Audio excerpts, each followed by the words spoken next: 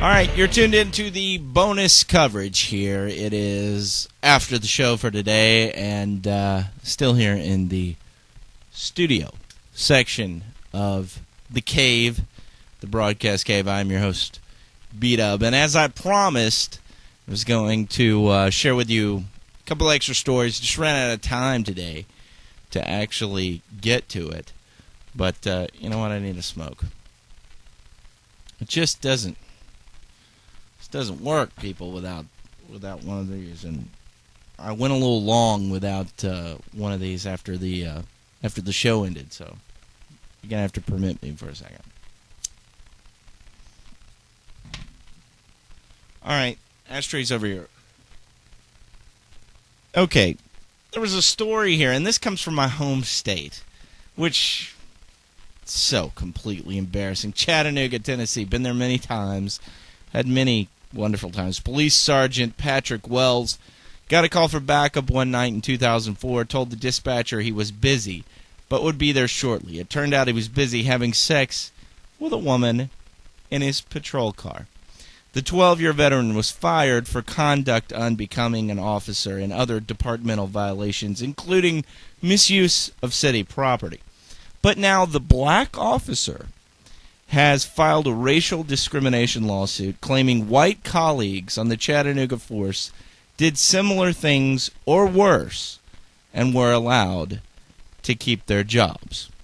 Federal investigator, Equal Employment Opportunity Commission agreed Wells was treated differently. The EEOC reported that the police department, quote, had knowledge of white officers who violated policy and committed sexual offenses such as rape, masturbation in public, sexual harassment, domestic assault, and various other terminable or egregious offenses. Oh, sorry, I had to catch up with myself. A little internal burp going on there.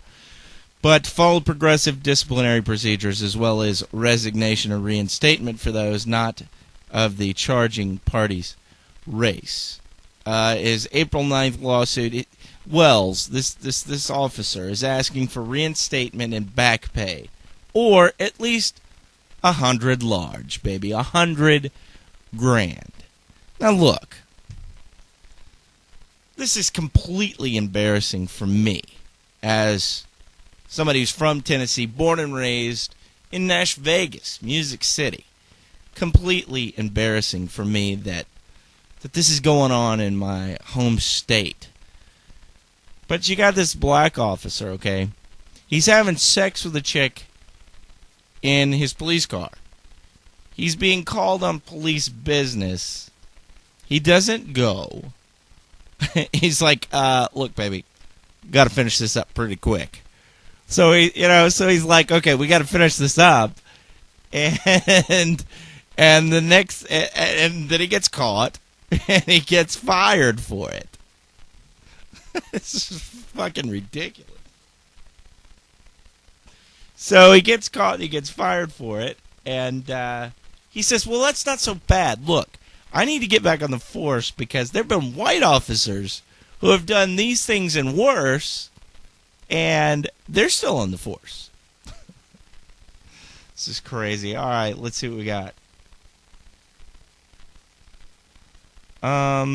Wells told city council members at an appeal hearing he had gone to a bar around 2 a.m. for a business check, picked up a woman who had just been fired and was arguing with her employers at the bar. Wells said he drove her to a secluded area where they had sex in his police car. He said it took less time. He said it took less time than a lunch break.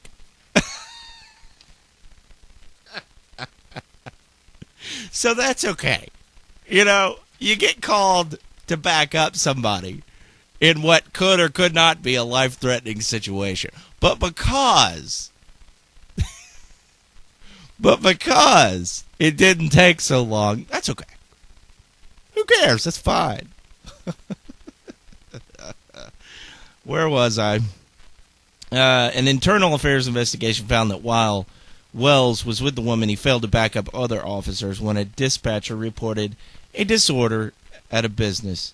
Wells' attorney said, quote, regardless of the offense, when you see a pattern where white officers are treated differently, it raises a suspicion that there may be discrimination because of race.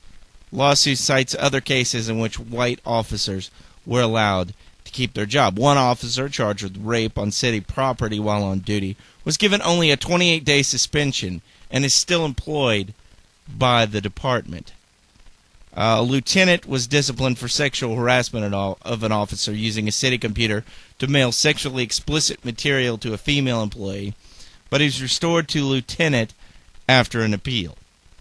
An attorney for the police department said the lawsuit would be vigorously defended.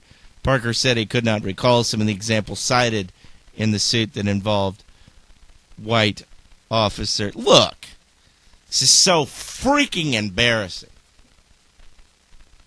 Chattanooga, clean up your whole fucking police department, would you please?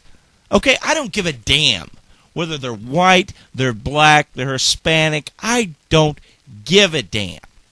If they're doing this kind of shit while they are police officers, jacking off in public, raping people, harassing, sexual harassment, screwing chicks they just picked up in their car and not going for backup, fire every last one of these sons of bitches. Get them off the force. And these are the people in Chattanooga. These are the people that are serving and protecting you. Does that make you feel safe? Yeah. Yeah, it makes me feel safe. I feel great about it. Absolutely freaking unreal, man. It's just freaking unreal. I got another little story here that I meant to work in the show and I didn't do it. It's about the Giuliani getting caught off on the grocery thing. Look, this is very simple. A reporter asked Rudy Giuliani the other day when he was in Alabama, how much is a gallon of milk? How much is a loaf of bread? Gallon of milk's probably about $1.50. Loaf of bread's $1.25, $1.30, according to Giuliani. Turns out, in Montgomery, Alabama, $2.99 for bread, for a loaf of bread, $3.39 for. Wait a minute, I got this all wrong. $3.39 a gallon of milk, $2 for bread. You know what? Who gives a shit? Who gives a shit if Rudolph Giuliani knows how much a loaf of bread costs? Who gives a shit if he knows how much a gallon of milk costs? Is this really important? Is this the kind of crap that we're going to judge whether somebody's worthy of being president of the United States about?